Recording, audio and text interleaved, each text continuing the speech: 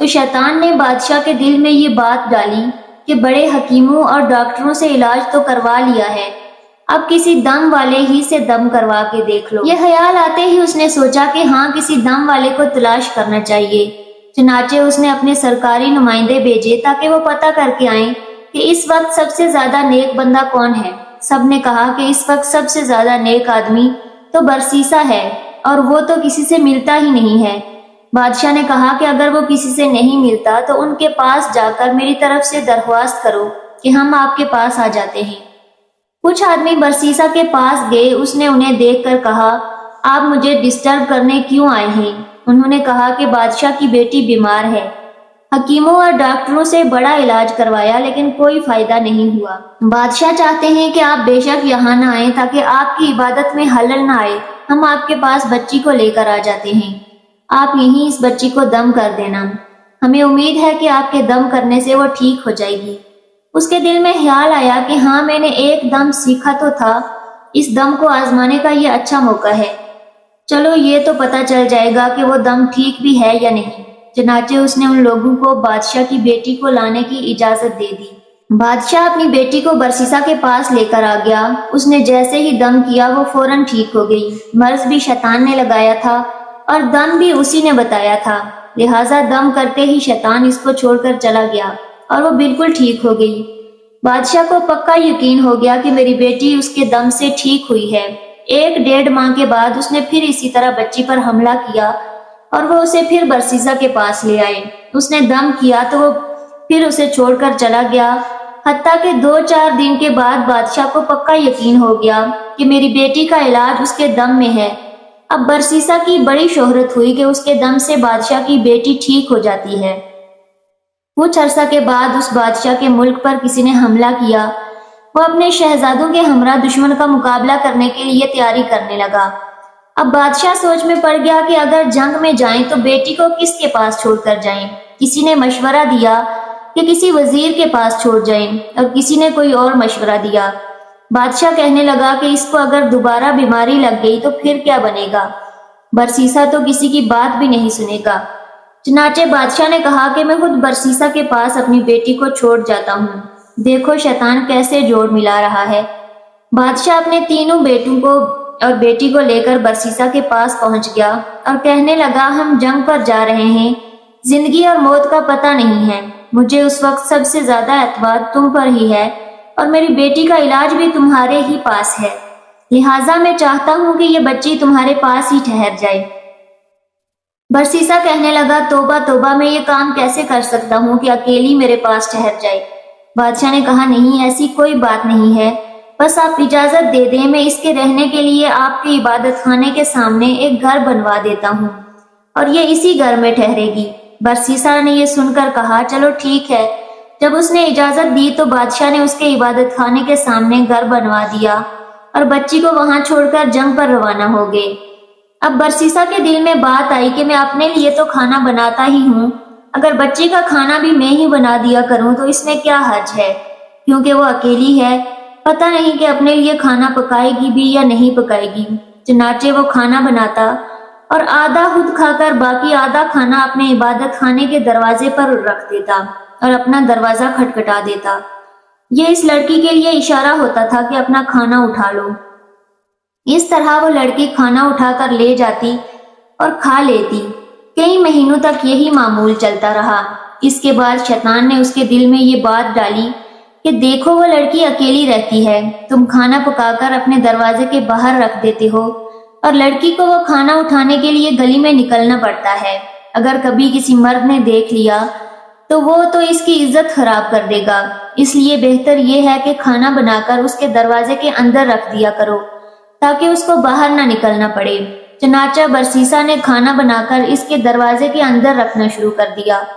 وہ کھانا رکھ کر کنڈی کھٹکھٹا دیتا اور وہ کھانا اٹھا لیتی۔ یہی سلسلہ چلتا رہا۔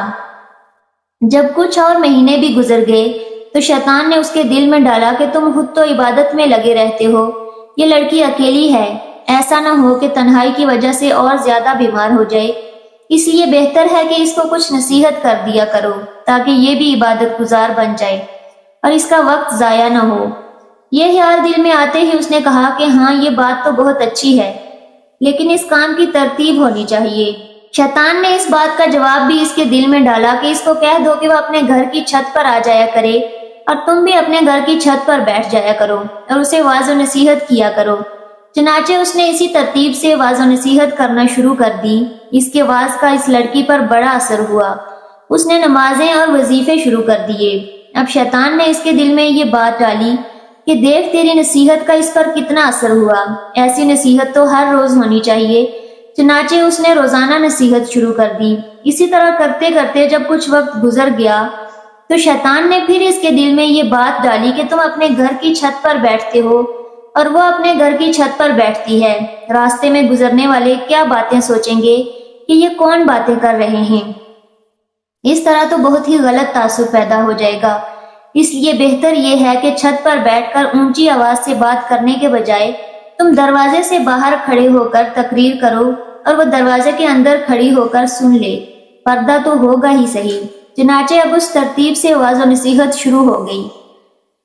کچھ عرصہ تک اسی طرح معمول رہا۔ اس کے بعد شیطان نے پھر برسیسا کے دل میں خیال ڈالا کہ تم باہر کھڑے رہ کر تقریر کرتے رہو، دیکھنے والے کیا کہیں گے کہ پاگلوں کی طرح ایسے ہی باتیں کر رہا ہے، اسی لیے اگر تقریر کرنی ہی ہے تو چلو کواڑ کے اندر کھڑے ہو کر لیا کرو، وہ دور کھڑے ہو کر سن لیا کرے گی۔ چنانچہ اب اس نے دروازے کے اندر کھڑے ہو کر تقریر کرنا شروع کر دی۔ جب اس نے اندر کھڑے ہو کر تقریر کرنا شروع کی تو لڑکی نے اس کو بتایا کہ اتنی نمازیں پڑھتی ہوں اور اتنی عبادت کرتی ہوں۔ یہ سن کر اسے بڑی خوشی ہوئی کہ میری باتوں کا اس پر بڑا اثر ہو رہا ہے۔ اب میں اکیلا ہی عبادت نہیں کر رہا ہوں بلکہ یہ بھی عبادت کر رہی ہے۔ کئی دن یہ سلسلہ چلتا رہا۔ بالآخر شیطان نے لڑکی کے دل میں برسیسا کی محبت ڈالی اور برسیسا کے دل میں لڑکی کی محبت ڈالی۔ چنانچہ لڑکی نے کہا کہ آپ جو کھڑے کھڑے بیان کرتے ہیں میں آپ کے لیے چارپائی ڈال دیا کروں گی، آپ اس پر بیٹھ کر بیان کر دیا کرنا اور میں دور بیٹھ کر سن لیا کروں گی۔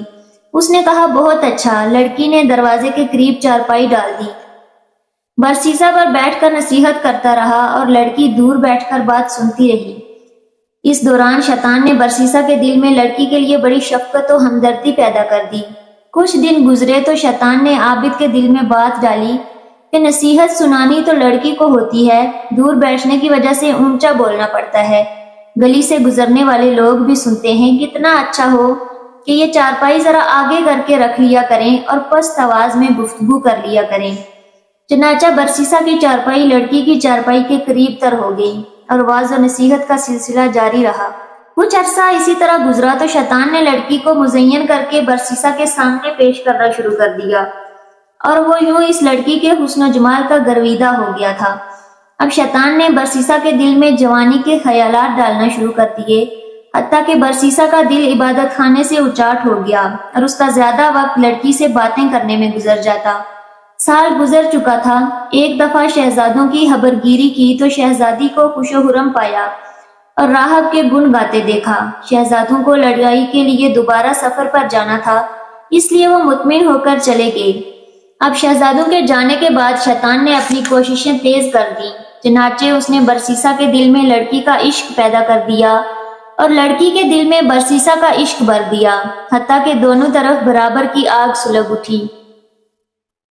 اب جس وقت عابد نصیحت کرتا تو سارا وقت اس کی نگاہیں شہزادی کے چہرے پر جمی رہتی۔ شیطان لڑکی کو ناز و انداز سکھاتا اور وہ سراپا ناز رشک و کمر اپنے انداز و اطوار سے برسیسا کا دل لباتی، حتیٰ کہ عابد نے علیحدہ چارپائی پر بیٹھنے کے بجائے لڑکی کے ساتھ ایک ہی چارپائی پر بیٹھنا شروع کر دیا۔ اب اس کی نگاہیں جب شہزادی کے چہرے پر پڑیں تو اس نے اسے سراپا حسن و جمال اور جاذب نظر پایا۔ چنانچہ عابد اپنی شہوانی جذبات پر قابو نہ رکھ سکا اور اس شہزادی کی طرف ہاتھ بڑھایا۔ شہزادی نے مسکرا کر اس کی حوصلہ افزائی کی، یہاں تک کہ برسیسا زنا کا مرتکب ہو گیا۔ جب دونوں کے درمیان سے حیا کی دیوار ہٹ گئی اور زنا کے مرتکب ہوئے تو آپس میں میاں بیوی کی طرح رہنے لگے۔ اس دوران شہزادی حاملہ ہو گئی۔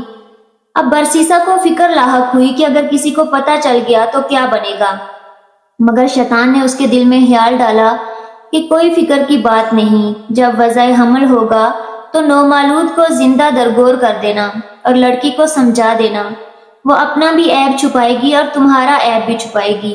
اس خیال کے آتے ہی ڈر اور خوف کے تمام حجاب دور ہو گئے اور برسیسا بے خوف و خطر ہوس پرستی اور نفس پرستی میں مشغول رہا۔ ایک وہ دن بھی آیا جب اس شہزادی نے بچے کو جنم دیا۔ جب بچے کو وہ دودھ پلانے لگی تو شیطان نے برسیسا کے دل میں ڈالا کہ اب تو 1.5-2 سال گزر گئے ہیں اور بادشاہ اور دیگر لوگ جنگ سے واپس آنے والے ہیں۔ شہزادی ان کو سارا ماجرا سنا دے گی، اس لیے تم اس کا بیٹا کسی بہانے سے قتل کر دو تاکہ گناہ کا ثبوت نہ رہے۔ چنانچہ ایک دفعہ شہزادی سوئی ہوئی تھی، اس نے بچے کو اٹھایا اور قتل کر کے گھر کے صحن میں دبا دیا۔ اب ماں تو ماں ہی ہوتی ہے۔ جب وہ اٹھی تو اس نے کہا میرا بیٹا کدھر ہے؟ اس نے کہا مجھے تو کوئی خبر نہیں۔ ماں نے ادھر ادھر دیکھا تو بیٹے کا کہیں سراغ نہ ملا، چنانچہ وہ اس سے خفا ہونے لگی۔ جب وہ خفا ہونے لگی تو شیطان نے برسیسا کے دل میں بات ڈالی کہ دیکھو یہ ماں ہے، یہ اپنے بچے کو ہرگز نہیں بھولے گی۔ پہلے تو یہ معلوم بتاتی یا نہ بتاتی، اب تو ضرور بتائے گی، لہٰذا اب ایک ہی علاج باقی ہے کہ لڑکی کو بھی قتل کر دو تاکہ نہ رہے بانس اور نہ بجے بانسری۔ جب بادشاہ آ کر پوچھے گا تو بتا دینا کہ وہ بیمار ہوئی تھی اور مر گئی تھی۔ جیسے ہی اس کے دل میں یہ بات آئی، کہنے لگا کہ بالکل ٹھیک ہے۔ چنانچہ اس نے لڑکی کو بھی قتل کر دیا اور لڑکے کے ساتھ ہی صحن میں دفن کر دیا۔ اس کے بعد وہ اپنی عبادت میں لگ گیا۔ کچھ مہینوں کے بعد بادشاہ سلامت واپس آ گئے۔ اس نے بیٹوں کو بھیجا کہ جاؤ اپنی بہن کو لے آؤ۔ وہ برسیسا کے پاس آئے اور کہنے لگے جی ہماری بہن آپ کے پاس تھی، ہم اسے لینے آئے ہیں۔ برسیسا ان کی بات سن کر رو پڑا اور کہنے لگا کہ آپ کی بہن بہت اچھی تھی، بڑی نیک تھی اور ایسے ایسے عبادت کرتی تھی، لیکن وہ اللہ کو پیاری ہو گئی۔ یہ صحن میں اس کی قبر ہے۔ بھائیوں نے جب سنا تو وہ رو دھو کر واپس چلے گئے۔ گھر جا کر جب وہ رات کو سوئے تو شیطان خواب میں بڑے بھائی کے پاس گیا اور اس سے پوچھنے لگا بتاؤ تمہاری بہن کا کیا بنا؟ وہ کہنے لگا ہم جنگ کے لیے گئے ہوئے تھے، اسے برسیسا کے پاس چھوڑ کر گئے تھے، وہ اب فوت ہو چکی ہے۔ شیطان کہنے لگا وہ تو فوت نہیں ہوئی۔ اس نے پوچھا کہ اگر فوت نہیں ہوئی تو پھر کیا ہوا؟ وہ کہنے لگا برسیسا نے خود یہ کرتوت کیا ہے اور اس نے خود اسے قتل کیا ہے، اس فلاں جگہ اسے دفن کیا اور بچے کو اس نے اسی کے ساتھ دفن کیا ہے۔ اس کے بعد وہ خواب میں ہی اس کے درمیانی بھائی کے پاس گیا اور اس کو بھی یہی کچھ کہا، پھر اس کے چھوٹے بھائی کے پاس جا کر بھی یہی کچھ کہا۔ تینوں بھائی جب صبح اٹھے تو ایک نے کہا میں نے ایک خواب دیکھا ہے، دوسرے نے کہا میں نے یہی خواب دیکھا اور تیسرے نے کہا میں نے بھی یہی خواب دیکھا ہے۔ وہ آپس میں کہنے لگے کہ یہ عجیب اتفاق ہے کہ سب کو ایک جیسا خواب آیا۔ سب سے چھوٹے بھائی نے کہا کہ یہ اتفاق کی بات نہیں ہے، بلکہ میں تو جا کر تحقیق کروں گا۔ دوسرے نے کہا چھوٹا بھائی غصے میں آ کر چل پڑا۔ اسے دیکھ کر باقی بھائی بھی اس کے ساتھ ہو لیے۔ انہوں نے جب جا کر زمین کو کھودا تو انہیں اس میں بہن کی ہڈیاں بھی مل گئیں اور ساتھ ہی چھوٹے سے بچے کی ہڈیوں کا ڈھانچہ بھی مل گیا۔ جب ثبوت مل گیا تو انہوں نے برسیسا کو گرفتار کر لیا۔ اسے جب قاضی کے پاس لے جایا گیا تو اس نے قاضی کے روبرو اپنے اس گناہونے اور مکروہ فعل کا اقرار کر لیا اور قاضی نے برسیسا کو پھانسی دینے کا حکم دے دیا۔ جب برسیسا کو پھانسی کے تختے پر لایا گیا اور اس کے گلے میں پھندا ڈالا گیا اور پھر پھندا کھینچنے کا وقت آیا تو پھندا کھینچنے سے 2-4 لمحے پہلے شیطان اس کے پاس وہی عبادت گزار کی شکل میں آیا۔ وہ اس سے کہنے لگا کیا مجھے پہچانتے ہو کہ میں کون ہوں؟ برسیسا نے کہا ہاں میں تمہیں پہچانتا ہوں، تم وہی عبادت گزار ہو جس نے مجھے وہ دم بتایا تھا۔ شیطان نے کہا وہ دم بھی آپ کو میں نے بتایا تھا، لڑکی کو بھی میں نے اپنا اثر ڈال کر بیمار کیا تھا، اسے قتل بھی میں نے تجھ سے کروایا تھا، اور اگر اب تو بچنا چاہتا ہے تو میں ہی تجھے بچا سکتا ہوں۔ برسیسا نے کہا اب تم مجھے کیسے بچا سکتے ہو؟ یہ کہنے لگا تم میری ایک بات مان لو، میں تمہارا یہ کام کر دیتا ہوں۔ اس نے پوچھا کہ میں آپ کی کون سی بات مانوں؟ اس شیطان نے کہا کہ بس یہ کہہ دو کہ خدا نہیں ہے۔ برسیسا کے تو حواس باختہ ہو چکے تھے۔ اس نے سوچا کہ چلو میں ایک دفعہ کہہ دیتا ہوں، پھر پھانسی سے بچنے کے بعد دوبارہ اقرار کر لوں گا۔ چنانچہ اس نے کہہ دیا خدا موجود نہیں ہے۔ اسی لمحہ میں کھینچنے والے نے پھندا کھینچ دیا اور یوں اس عبادت گزار کی کفر پر موت آ گئی۔ اس سے اندازہ لگائیے کہ یہ کتنی لانگ ٹرم پلاننگ کر کے انسان کو گناہ کے قریب کرتا چلا جاتا ہے۔ اس سے انسان نہیں بچ سکتا۔ اللہ ہی اس سے بچا سکتا ہے۔ لہٰذا اللہ رب العزت کے حضور یوں دعا مانگنی چاہیے، اللہم احفظنا من الشیطان الرجیم، ربی اعوذ بک من ہمزات الشیطان واعوذ بک ربی ان یحضرون۔ اے اللہ ہمیں شیطان مردود کے شر سے محفوظ فرما، اے پروردگار میں آپ کی پناہ مانگتا ہوں اس سے کہ شیطان میرے پاس آئے۔